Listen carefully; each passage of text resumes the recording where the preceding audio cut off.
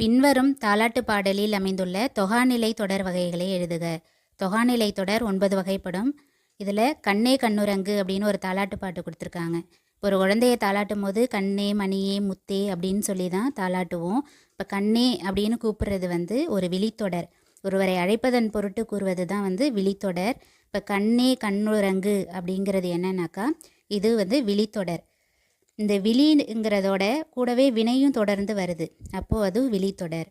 Next காலையில் நீ எழும்பு. காலை அப்படிங்கிறது என்னன்னாக்கா ஒரு பெயர்ச்சொல். அது கூட இல் அப்படிங்கிற ஒரு உருபு சேர்ந்து வந்திருக்கு. ஒரு பெயர்ச்சொல்லோட ஒரு உருபு சேர்ந்து வரும்போது அது வேற்றுமை தொடர் அப்படின்னு வரும். இப்போ வேற்றுமை தொடரில் ஐயால் கூ இன்னது கண் அப்படின்னு சொல்லி வேற்றுமை உருபு இருக்குது. இதில் காலையில் நீ எழும்பு அப்படிங்கிறது என்னன்னாக்கா இது வந்து வேற்றுமை தொடர். இதோடைய ஃபுல் வீடியோ கீழே